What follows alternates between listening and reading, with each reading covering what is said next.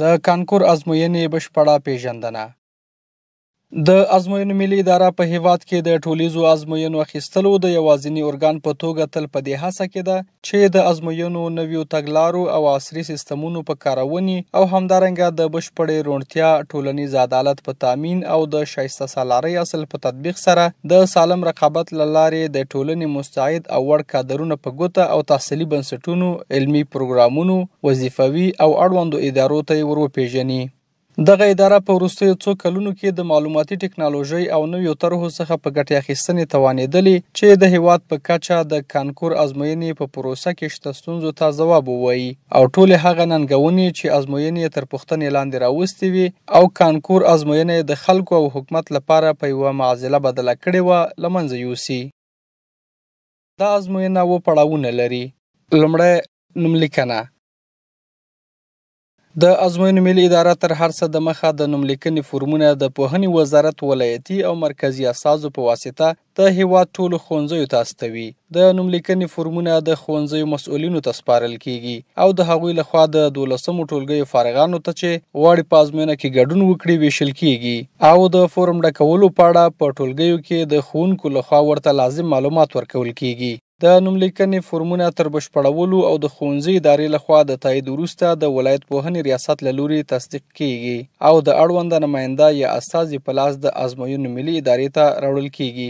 د نوملیکنې فورمونه په سیستم کې د ثبت لپاره د معلوماتو د ثبت امریت ته ورکول کیږي. په دې څانګه کې د هر ګډون کوونکي د نوملیکنې فورم څخه د هغوی شهرت سیستم ته ثبتیږي او د سیستم لخوا په اتومات ډول ګډون کوونکي ته یو ځانګړی آی ډي نمبر ورکول کیږي چې وروسته په همدې آی ډي نمبر ګډون کوونکي ته د ازموینې د شمولیت کارت، ځواب پاڼه او د پوښتنو کتابچه چاپیږي. دوهم، د ازموینې د شمولیت کارت. دغه کارتونه د ازموینو ملي ادارې په مطبعه کې چاپ کیږي او د دغو معلوماتو درلودونکي وي. له 12م ټولګي د فارغ شوي شهرت، آی ډي نمبر، انځور، د ازموینې وخت او ځای. دریم، بایومتریک. د شمولیت کارتونو له ویشلو څو ورځې وروسته ټول ګډونوال د ازموینو ملي ادارې مسؤلینو لخوا د بایومتریک معلوماتو د ثبت لپاره راغوښتل کیږي او یا د پروسه پر ټولو تطبیق کیږي. د بایومتریک معلوماتو د ثبت پر مهال داوطلبان باید دغه ټکي په نظر کې ونیسي. اصلي تذکره باید له ځانه سره ولري. د لاسونو ګوتې باید ښویه او پاکې وي څو سیستم وکولی شي په اسانۍ سره یې ثبت کړي. په بایومتریک سیستم کې د ګډونوال شهرت، فراغت کال، ښوونځي نوم چک، انځور او د ګوتو نښانونه یې ثبتیږي.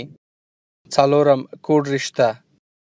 د کوډ رشتو لپاره ځانګړی جدول برابریږي. په دغه جدول کې د ټولو لوړو او نیمه لوړو تحصیلي بنسټونو د هرې څانګې لپاره یو ځانګړی کوډ ورکړل شوی او همدارنګه په یاده څانګه کې د داوطلبانو د جذب شمیر ښودل شوی. د دې جدول له مخې د ازموینو ګډونوال کولی شي د خپلې خوښې 15 بېلابېل کوډونه په نښه او د ازموینې په ورځ یې په ځواب پاڼو کې ورسوي. دغه جدول څو ورځې مخکې د ازموینو ګډونوالو ته ویشل کیږي. د ازموینو ملي ادارې د پلان سره سم چې د ازموینو د پیل په اړه د پوهنې وزارت سره په تفاهم تنظیمیږي. د ازموینو د شمولیت کارتونه له ازموینو څو ورځې مخکې ټولو ولایتونو ته استول کیږي او په ښوونځیو کې د 12مو ټولګیو فارغانو ته چې د ازموینې لپاره یې د نوملیکنې فورمونه ډک کړي وي ویشل کیږي. پنځم، پوښتنپاڼه. د پوښتنو کتابچه. د پوښتنو کتابچه د کانکور ازموینې مهم چاپي سند دی او د هر ګډون کوونکي لپاره جلا د هغه په آی ډي نمبر سره چاپیږي. دغه کتابچه د 164 ځوابه پوښتنو درلودونکې ده چې پکې 43 پوښتنې د ریاضیاتو، 42 پوښتنې د طبیعي علومو، 29 پوښتنې د ټولنیزو علومو او 14 د السینې یا پښتو او دري او همدارنګه د جیولوژي اړوند پوښتنې شاملې دي. د ازموینې نیټه او ورځ د ازموینو ملي ادارې ټولنیزو پاڼو، ملي راډیو ټلویزیون او د مرکزي او ولایاتو محلي رسنیو له لارې اعلانیږي. د ازموینو له پیل وړاندې د پوښتنپاڼو، ځواب پاڼو او نورو مهمو موادو صندوقونه د ټاکل شوي ممتحن پلاوي او استخباراتي مسؤلینو تر کلک نظارت لاندې د ازموینو حوزو ته په خوندي توګه لیږدول کیږي. ګډونوال د حاضرۍ له مخې د ازموینې په صحنه کې تنظیم او ځواب پاڼې ورته ویشل کیږي. د استادانو لخوا د داوطلبانو د لا پوهاوي لپاره د ازموینې طریقه، د ازموینې وخت، په ځواب پاڼه کې د ځوابونو رسولو او نورو برخو په اړه معلومات ورکول کیږي. کله چې ازموینه پیل کیږي ګډونوالو ته د پوښتنو د حل لپاره ټاکل شوی وخت ورکول کیږي او د هرې برخې لپاره جلا وختونه ټاکل کیږي. د پوښتنو له حل کولو د مخه ګډونوال باید د پوښتنو کتابچې او ځواب پاڼې آی ډي نمبرونه د شمولیت کارت له آی ډي نمبر سره وګوري او ځان ډاډه کړي چې 3 وړه نمبر سره ورته دي. که چیرې یو آی ډي نمبر هم سره توپیر ولري، د ځواب پاڼې له حلولو مخکې باید موضوع له اړونده ممتحن استاد سره شریکه کړي. ټول داوطلبان د ازموینې په جریان کې د بایومتریک معلوماتو د ثبت کارکونکو لخوا چک کیږي. که چیرې د بایومتریک سیستم له لارې داسې شخص وپیژندل شي چې د بل چا پر ځای ازموینه کې ګډون کړی، ممتحن پلاوي ته تر ورپیژندلو وروسته مسؤلینو ته سپارل کیږي او اصلي داوطلب د ازموینو ملي ادارې د درغلۍ له لایحې سره سم په ازموینه کې د ګډون چانس له لاسه ورکوي. د ازموینې په وروستۍ برخه کې ممتحن استادان ګډونوالو ته د څانګو د ټاکنې او کوډ رشتو د رسولو په اړه معلومات ورکوي. داوطلب د کوډ رشتو جدول څخه د خپلې خوښې کوډونه په ځواب پاڼو کې په دقیق ډول رسوي او توروي او وروسته د پوښتنو کتابچه، ځوابونو پاڼه او د ازموینې شمولیت کارت ممتحن استاد ته سپاري او د ازموینې له صحنې څخه وځي. وروسته له دې چې ازموینه په بشپړه توګه پای ته ورسیږي، د ازموینې ټول اسناد لکه پوښتنو کتابچې، ځوابونو پاڼې، شمولیت کارتونه او نور مهم اسناد د حاضرۍ له مخې د ازموینو ملي ادارې کنټرولرانو، پوهنتون رهبرۍ او استخباراتي مسؤلینو په حضور کې په صندوقونو کې مهرلاک کیږي او په خورا خوندي ډول د ازموینو ملي ادارې ته لیږدول کیږي. 6 ځواب پاڼه دا هغه سند دی چې د ازموینې هر ګډونوال لپاره د هغه له آی ډي، شهرت او انځور سره سمه یوازې یوه دانه چاپیږي. دغه پاڼه کې ګډون کوونکی په مربوطه مستطیل کې دننه لاسلیک کوي، اوناس یا ذکور دایره توروي، د پوښتنو پر وړاندې د ځوابونو دایرې په سمه توګه توروي، د کوډ رشتو په جدول کې خپل کوډونه په دقیق ډول رسوي او په پای کې د ممتحن استاد لاسلیک پرې ترلاسه کوي. د OMR ماشین په واسطه د ځواب پاڼو د سکن پړاو د ازموینو په کمیټه کې صندوقونه د مربوطه هیئت او استادانو لخوا پرانیستل کیږي.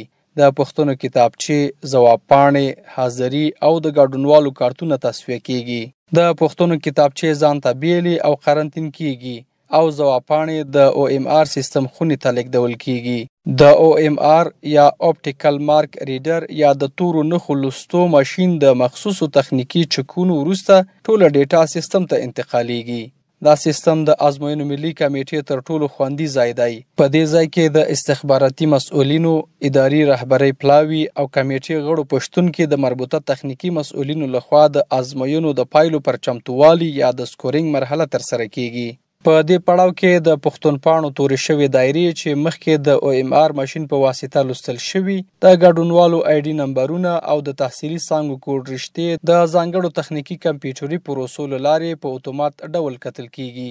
سمو ځوابونو ته نمرې ورکول کیږي او داوطلبان د خپلو انتخابونو له مخې د اړوندو پوهنتونونو تحصیلي څانګو ته ورپېژندل کیږي. پایلې د سکورینګ پړاو نه وروسته د ازموینې پایلې بشپړېږي او د مطبوعاتي کنفرانس له لارې اعلانېږي. وروسته پایلې د ازموینو ملي ادارې په ویب پاڼه کې اپلوډ یا ځای پر ځای کیږي او داوطلبان کولی شي خپلې پایلې د آی ډي نمبر په داخلولو سره ترلاسه کړي. وروسته له دې چې د ازموینو پایلې اعلان شي، د ازموینو ملي ادارې لخوا هر تحصیلي بنسټ ته د ورپېژندل شوي محصلانو لیستونه ترتیب او د نوملیکنې لپاره اړوند بنسټ ته لیږل کیږي. نوي محصلان باید په لومړیو 20 ورځو کې د نوملیکنې لپاره تحصیلي بنسټ ته مراجعه وکړي او خپل درسونه پیل کړي. که محصلان تر لومړیو 20 ورځو نوملیکنې ته حاضر نشي، د تحصیلي بنسټ لخوا منفک کیږي. دا یادونې وړ ده چې هر کال د کانکور ازموینو څو تنه مخکښان چې تر ټولو لوړې نمرې ترلاسه کوي، د ازموینو ملي ادارې، لوړو زده کړو وزارت او د افغانستان اسلامي امارت مشرتابه له لوري د ډالیو په ورکولو سره ستایل کیږي.